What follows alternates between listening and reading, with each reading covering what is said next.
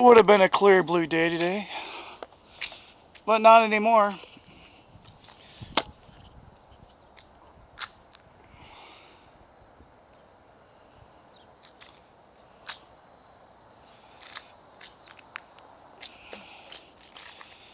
Thanks to the U.S. government, their mass murder mission.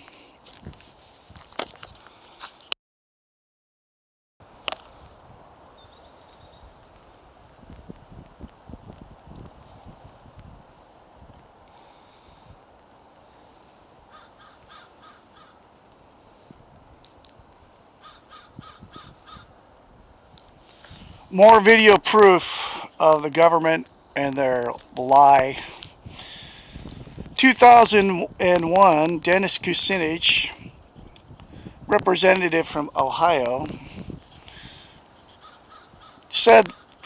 came up with a bill, H.R. 2977, to stop the weaponization of space. And he mentioned in it chemtrails. One time we see it. And I'm witnessing on 13 March 2009, like I said. I'm witnessing it here in Portland, Oregon. And this is Douglas Bickford. 503-995-0567. You can call me anytime and help me expose the murderers flying these Air Force jets, dumping his payload of toxins on us.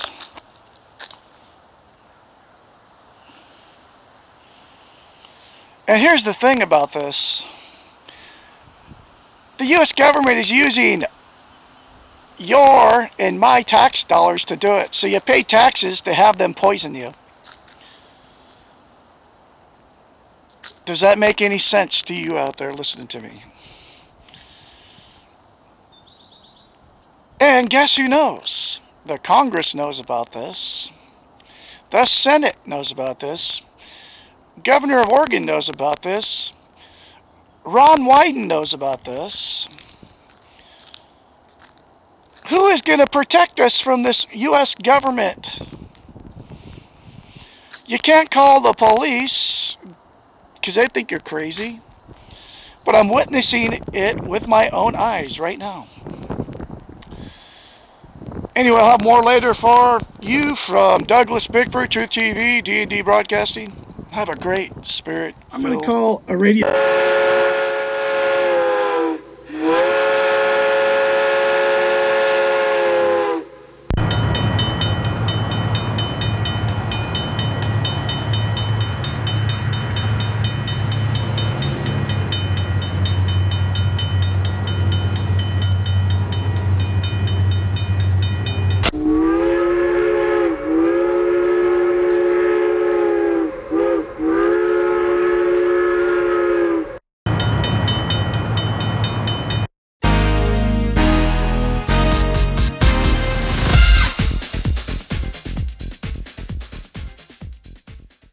D&D Broadcasting, Douglas Bickford, Truth TV, Portland, Oregon. Here's the story for 18 March 2009. 4 arrested as hundreds protest Bush speech. Bush defends free trade, homeland security in Calgary speech. A crowd of roughly 400 noisy protesters gathered outside the TELUS Convention Center in downtown Calgary on Tuesday to demonstrate against a noon address by former U.S. President George W. Bush. Blowing whistles and chanting "war criminal," demonstrators carried signs and shouted "shame on you" at people attending the event at a cost of $400 each. At the protest pinnacle, 4 people were arrested. One man tried to enter the convention center and was turned back by police. After a second person was arrested, 2 more protesters were taken into custody. One kicked out the side of a police van. Another was taken to the ground in the middle of the center street as a crowd gathered around, shouting for police to let him go. Police viewed the protests as largely peaceful and say they didn't push demonstrators out from in front of the convention center door as they worried that that would cause more chaos.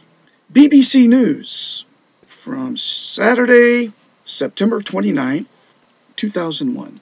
A senior White House official has confirmed that U.S. and UK special forces have been operating within Afghanistan.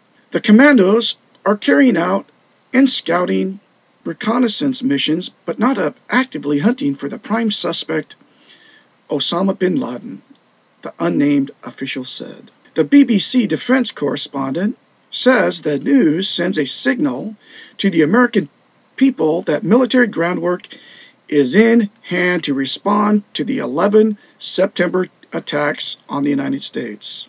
To the Taliban, he says the message that the U.S. means business and the time has come to hand over bin Laden. On Friday, U.S. Attorney General John Ashcroft released a letter which linked the hijackers of the 3 planes that crashed into the World Trade Center and the Pentagon. Mr. Ashcroft said the letter was found in a piece of luggage belonging to Mohammed Atta, 33, an Egyptian suspected of being one of the leaders of the hijackers. This letter is clear evidence linking the hijackers on 3 separate flights, Mr. Ashcroft said.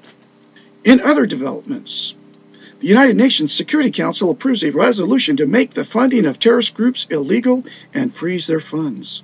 Former Afghan King Zahir Shah agrees to work with the Northern Alliance against the Taliban. The FBI appeals for more information on the 19 men suspected of the hijackings. A Pakistani delegation returns home after failing to persuade Afghanistan's ruling Taliban to hand over Osama bin Laden to the U.S. Emergency supplies start arriving in Pakistan for an anticipated mass influx of Afghan refugees. A British journalist is arrested by the Taliban suspected of having entered Afghanistan illegally. The official number of missing at the World Trade Center drops to 5,960 from 6,347, while confirming deaths rise to 305. U.S. Air Force generals are authorized to order the shooting down of civilian airliners that appear to be threatening U.S. cities. Here's another story. Yahoo News, today's date.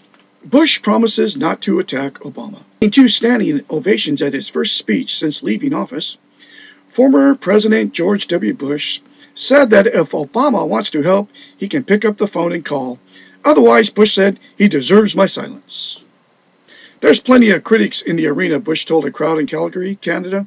I think it's time for the ex-president to tap dance off the stage and let the current president have a go at solving the world's problems.